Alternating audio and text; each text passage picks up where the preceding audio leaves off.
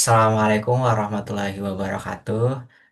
Sebelumnya, izinkan kami memperkenalkan diri. Nama saya Zaki Basyari dan PM 215061104. Dan ada rekan saya itu Leo Fetri Handi dengan PM 215061020, di mana kami akan melaksanakan atau merepresentasikan tugas UAS NLP, yaitu mengklasifikasikan kategori buku atau jurnal pada dataset Digilib Unila. Di mana di sini untuk langkah awal kami itu kami meload library yang digunakan, dan ada juga untuk mengolah dataset yang digunakan juga, yang dimana datasetnya itu bersumber dari Digilib Unila. Di sini untuk mendapatkan dataset, kami menggunakan link di Drive, ini mana akan mendownload file-file yang ada di Drive ini. Kemudian file-file yang kami gunakan itu ada DF1 dan DF2.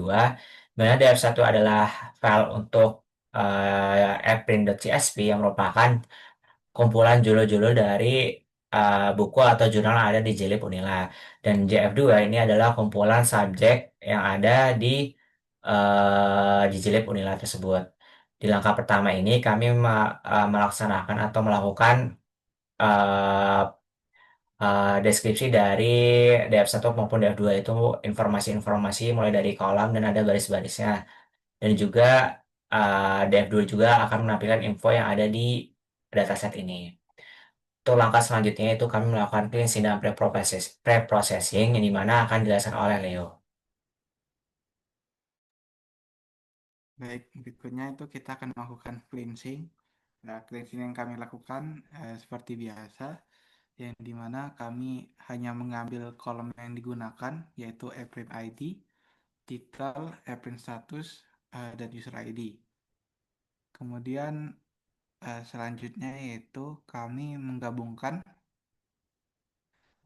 kedua kedua file atau kedua data frame itu menjadi satu berdasarkan kolom apprint ID dan ditampilkan menggunakan perintah print. Selanjutnya itu kami mengecek apakah ada data yang duplikat pada data frame tersebut. Kemudian eh, kami menghapus duplikat berdasarkan kolom apprint ID, kemudian menyimpan baris pertama yang muncul. Jadi misal ada dua data yang sama, itu nanti salah satunya akan dihapus dan yang muncul di atasnya itu akan disimpan. Dan bawah. Nah, di sini kami mengecek apakah eh, ada nilai nol di data frame tersebut. Jika ada, itu di drop nilai nolnya pada subset kolom title. Kemudian kami menyisakan hanya baris di mana subjek berisi angka murni atau hanya digit. Jadi dibersihkan data frame-nya sehingga di bagian subjeknya itu hanya berisi digit saja. Dan bawah, di sini juga kami memastikan bahwa subjeknya itu bertipe numerik dan diurutkan dari yang terkecil. Sehingga kita bisa ngelihat nih, untuk subjeknya itu lebih mudah dilihat dari yang nilainya 0 sampai 900. Bawah. Nah, di sini kami melakukan pengelompokan kategori subjek, yang dimana kami menentukan nilai maksimumnya subjek terlebih dahulu untuk menentukan jumlah kelasnya. Nah, di sini kami membuat label subjek atau subjek kelas yang dimana akan terbagi dari kelipatan 100, jadi 0 sampai 99, 100 sampai 199 dan seterusnya. Kemudian kami menambahkan kolom kelas baru yaitu subjek kelas untuk menyimpan hasil dari pengkategorian tersebut. Nah, di sini kami menghitung pada kolom subjek kelas itu data di setiap kategorinya itu ada berapa. Terus kami menyimpan hasil pengkategorian tersebut atau data frame tersebut ke dalam file yang bernama df_clean.csv. Kemudian kita akan melakukan pre-processing, yang dimana pre-processingnya juga seperti yang biasa dilakukan. Di antaranya itu menghapus karakter selain huruf dan angka, terus kita ubah titelnya itu ke huruf kecil, dan menghapus spasi ganda dan tanda-tanda seperti garis miring dan sebagainya. Kemudian di sini kami menginstal Sastrawi, dan di sini kami juga melakukan stopword. Yang dimana stopword ini kami menggunakan dua library, yaitu NLTK untuk yang berbahasa Inggris, karena di sini judulnya juga ada yang menggunakan bahasa Inggris, dan juga Sastrawi untuk yang judul berbahasa Indonesia. Kemudian digabungkan kedua library tersebut, dan kami melakukan fungsi stopword pada kolom title clean. Kemudian di sini kami juga menginstal Sastrawi Lang Detach ini untuk kita mendeteksi judul tersebut itu bahasa Indonesia atau bahasa Inggris. Jadi sistemnya nanti bisa melakukan secara otomatis itu kita steamingnya menggunakan bahasa Inggris atau bahasa Indonesia. Kemudian proses steamingnya juga sama menggunakan NLTK untuk yang bahasa Inggris dan Sastrawi yang berbahasa Indonesia. Di sini juga kami import detect seperti yang dijelaskan sebelumnya. Jadi dia bakal langsung menyesuaikan bahasanya. Jika terdeteksi bahasa Indonesia dia bakal menggunakan Sastrawi, dan jika terdeteksi bahasa Inggris dia menggunakan NLTK. Dan kami membuat kolom baru yaitu title streaming, yang dimana hasil dari steaming pada kolom title clean akan masuk ke atau disimpan ke kolom title steaming. Kemudian data prep tersebut kami simpan ke dalam file CSV, yaitu after underscore steaming. Oke, selanjutnya setelah melakukan cleansing dan pre-processing, kami akan melanjutkan proses selanjutnya itu vectorization dan splitting, ini mana karena tadi dataset yang disimpan, saya alat lagi dataset after streaming.csv-nya dan dimasukkan ke data frame model, DF model. Di sini menggunakan favicons untuk menampilkan jumlah berapa, dan di sini kami membuat untuk mengubah subjek kelas itu menjadi numerik agar yang tadinya objek jadi numerik agar sistem itu bisa mengenali kata tersebut atau angka tersebut. Lalu ini menampilkan komposisi dari subjek tadi. Kemudian masuk ke vectorization, di mana di sini kami menggunakan TF-IDF untuk mengubah kalimat teks string itu menjadi sebuah vektor atau angka, sehingga bisa diproses oleh eh, model atau sistem. Di mana di sini vectorizernya kami menggunakan TF-IDF dan juga menambahkan n-gram range, di mana berarti kami menggunakan unigram plus bigram sehingga bisa menjadi lebih bagus untuk vectorization-nya untuk mengenali makna dari setiap angkanya. Dan di sini ada fitur tambah lagi itu untuk mengabaikan kata terlalu umum dan jarang digunakan. Kemudian setelah di vectorization kami melakukan splitting atau membagi data setnya menjadi beberapa data training atau data testing. Di sini untuk splitting ini kami menggunakan 70% data training dan 15% data validation dan 15% data testing, sehingga kami untuk data testing itu akan digunakan di akhir aja. Di sini ada fitur X yaitu TF-IDF yang sudah di vectorization tadi, dan Y itu untuk kolom targetnya itu subjek kelas 6. Di sini bagi untuk 70% data training, 15% data testing dan validation. Dan di sini ada komposisinya.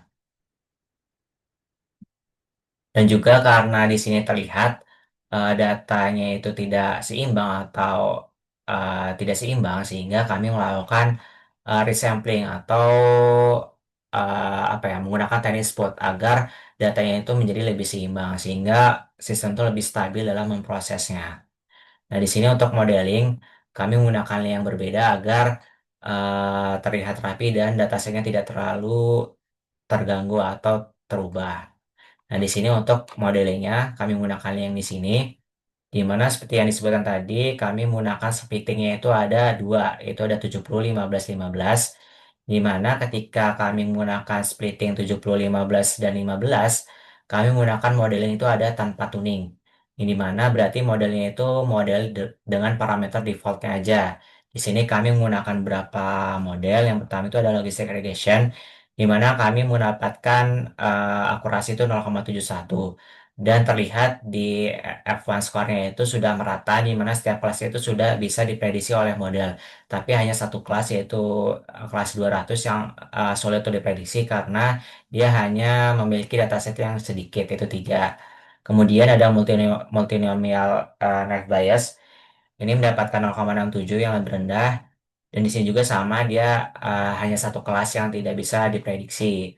Kemudian ada uh, Random Forest di mana mendapatkan nilai yang gede 0,75, tetapi dia memprediksi kelasnya itu 4 kelas itu dia bisa diprediksi sehingga dia lebih cenderung ke kelas yang mayoritas. Di sini juga ada beberapa model itu ada LGB di mana di sini juga dia mendapatkan 0,74 tapi dia ada tiga kelas yang tidak diprediksi, tidak bisa diprediksi. Dan ada juga chatbot yang di mana di sini 0,52 lebih rendah dan dia ada dua kelas yang tidak diprediksi sehingga lebih rendah. Dan juga ada SGBoost dan SVM yang dimana keduanya itu mendapat nilai 0,73 dan 0,78. Tapi di sini yang SVM dia ada empat kelas yang tidak diprediksi sehingga dia lebih ke kelas mayoritas. Kemudian kami juga mencoba dengan model dengan tuning atau parameter yang kami atur sehingga itu tidak default parameternya. Di sini ada parameternya mulai dari parameter untuk logistic regression ada multinomial, multinomial left bias, SGBoost, SVM, dan random forest. Perbedaannya itu hanya di parameternya aja di mana kami menambah parameter-parameter sehingga model itu bisa lebih banyak melakukan modeling. Di sini untuk logistic regression tidak jauh berbeda di mana dia stabil di angka 0,71. Kemudian multinomial left bias dia naik dia sama aja stabil 0,69. Dan di sini juga sama ada satu kelas yang tidak bisa diprediksi. Untuk yang lainnya, karena model sebelumnya itu rendah, jadi kami tidak coba untuk model lainnya. Sehingga untuk model yang 17, 70, 15, 15, untuk model terbaiknya itu ada di logistic regression yaitu 0,71. Sehingga kami menggunakan model ini untuk prediksi di data testing. Kenapa kami menggunakan model ini? Karena dia mendapatkan nilai yang cukup stabil itu 0,71 dan juga dia hanya satu kelas yang sudah diprediksi. Dan kami juga mencoba untuk splitting yaitu yang 80 20 yang dimana 80% itu data training dan 20% itu untuk data testing. Dan kami juga untuk data training itu kami menggunakan tuning dan juga uh, cross validation. Di sini untuk untuk logistic regression kami mendapat nilai 0,96 tapi karena ini tes data trainingnya itu yang diuji sehingga ketika dicoba di data testing itu mengalami penurunan yang cukup buruk. Jadi kami menggunakan tetap menggunakan yang logistic regression yang pertama karena dia stabil di data training dan data testing itu stabil di angka 0,71. Sehingga kami menggunakan model fixnya itu yaitu logistic regression yang dimana ketika diuji di data testing, yang dimana sebelumnya itu kan diuji di data prediksi, di data validation. Kemudian kami menggunakan data testing dan juga dia juga tetap stabil di angka 0,71 sehingga kami menggunakan model ini karena dia stabil di data testing, di data validation, dia stabil dengan angka 0,71 sehingga kami menggunakan model ini. Dan kami simpan di dalam nama Locrek model 1 dan menggunakan library joblib. Setelah itu dia akan masuk ke library drive yang sudah kami setting. Kemudian kami coba untuk model tersebut kami uji dengan sebelumnya kami akan load dulu modelnya karena kami tadi sudah terhubung dengan drive-nya jadi tinggal dipanggil aja dengan menggunakan joblib dan juga dipanggil untuk vectorizer-nya. Coba kita tes di data baru di sini. Kami sudah menyiapkan beberapa kalimat yang digunakan untuk prediksi kami. Nah, di sini untuk ada 4 judul. Ketika kami prediksi, dia akan muncul mulai dari pengembangan modul pengelolaan kelas pada sistem pelatihan. Dia akan memprediksi ada di kelas 0, kemudian ada analisis perubahan konsentrasi total suspend solid, ada di kelas 300, dan sampai di efikasi herbisida, dia ada di kelas 600. Jadi model ini sudah cukup baik untuk memprediksi beberapa judul buku untuk masuk ke kategori yang tepat. Yaitu salah contohnya itu ada di kategori kelas 0, 300, 500, dan 500. Tapi ada beberapa kelas yang sulit diprediksi karena akibat imbalance data pada dataset. Nah, di sini untuk bonus dari kami yaitu kami membuat rekomendasi buku. Nah, untuk sistem ini akan dijelaskan oleh Leo.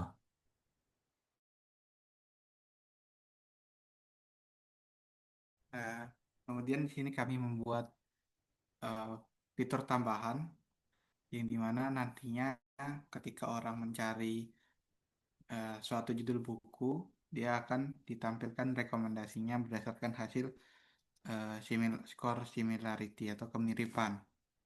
Jadi ini pertama kami eh, eh, ambil dulu datanya dari file after stemming, kemudian kami bersihkan itu dengan membuang nilai nol pada title clean. Kemudian di sini kami install if-widgets yang gunanya nanti sebagai UI untuk di Google Colab-nya. Nah, kemudian di sini ada eh, codingannya dari sistem kami, yang dimana kami import dulu OS dan ARE-nya, kemudian bagian atas dia kita import widgets-nya untuk UI nanti, dan juga display-nya. Kemudian kami import juga tab IDF Vectorizer sama Quotient Similarity-nya untuk menampilkan kemiripan nanti. Kemudian kami melakukan tab IDF atau Vectorizer, dan juga kami simpan hasil sementaranya di variabel current result. Kemudian di sini kami membuat fungsi pencariannya, yang dimana nanti eh, pengguna akan memasukkan input judul yang ingin dicari. Kemudian ada widget input judul bukunya. Nah, itu nanti bakal nampilin kotak seperti yang dilihat di bagian bawah. eh, Tampilan bagian bawah. Nah, itu ada tulisan judul buku dan ada kotak box yang di dalamnya ada tulisan masukkan judul buku yang ingin dicari.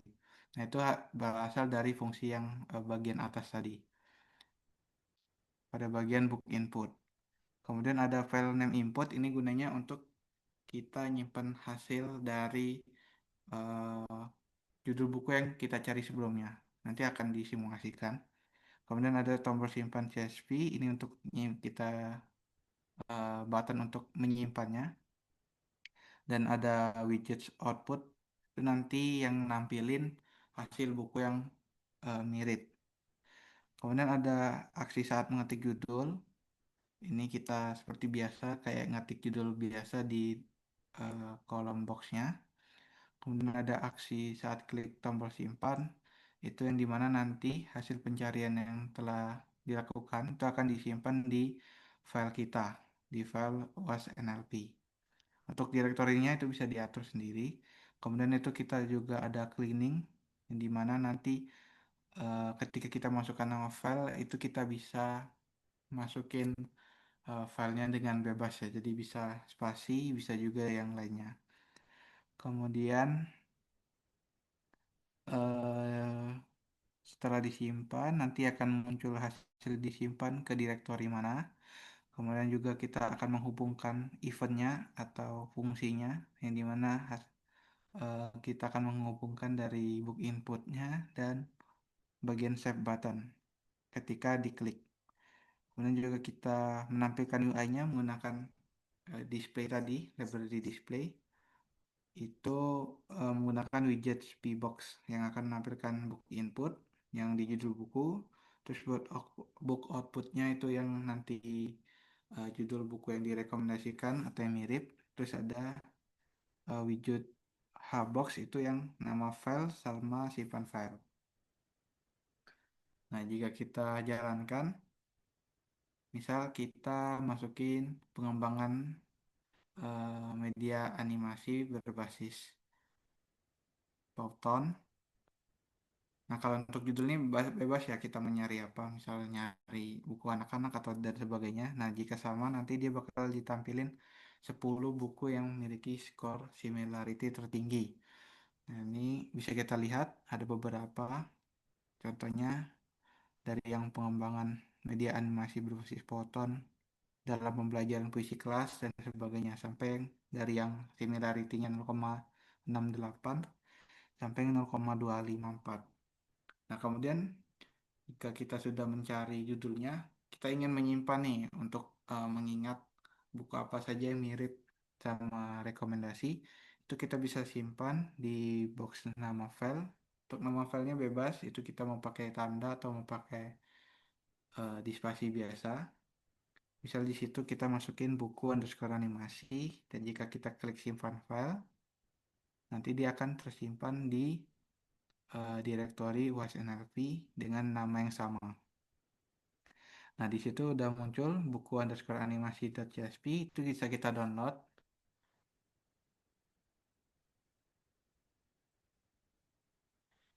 Nah, kemudian eh, ketika kita sudah download, kita bisa buka filenya.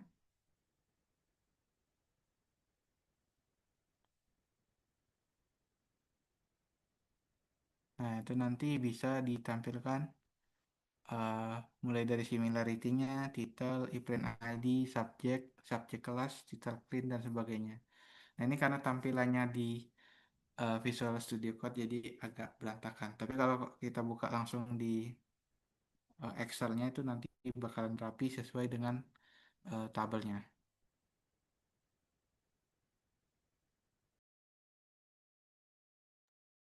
Oke, mungkin sekian dari kami terkait presentasi Project UAS NLP yang dimana mengklasifikasikan kategori buku atau jurnal pada data set jilid. Jadi kami sudah membuat model untuk mengklasifikasikan dengan evaluasi akurasi itu 0,71, di mana itu cukup baik untuk memprediksi di setiap kelasnya. Dan juga kami juga membuat fitur tambahan yaitu rekomendasi buku sehingga memudahkan pengguna dalam mencari judul buku yang mirip dengan yang ingin dicari oleh pengguna tersebut. Jadi kami akhiri untuk presentasi kali ini. Kami akhiri wassalamualaikum warahmatullahi wabarakatuh.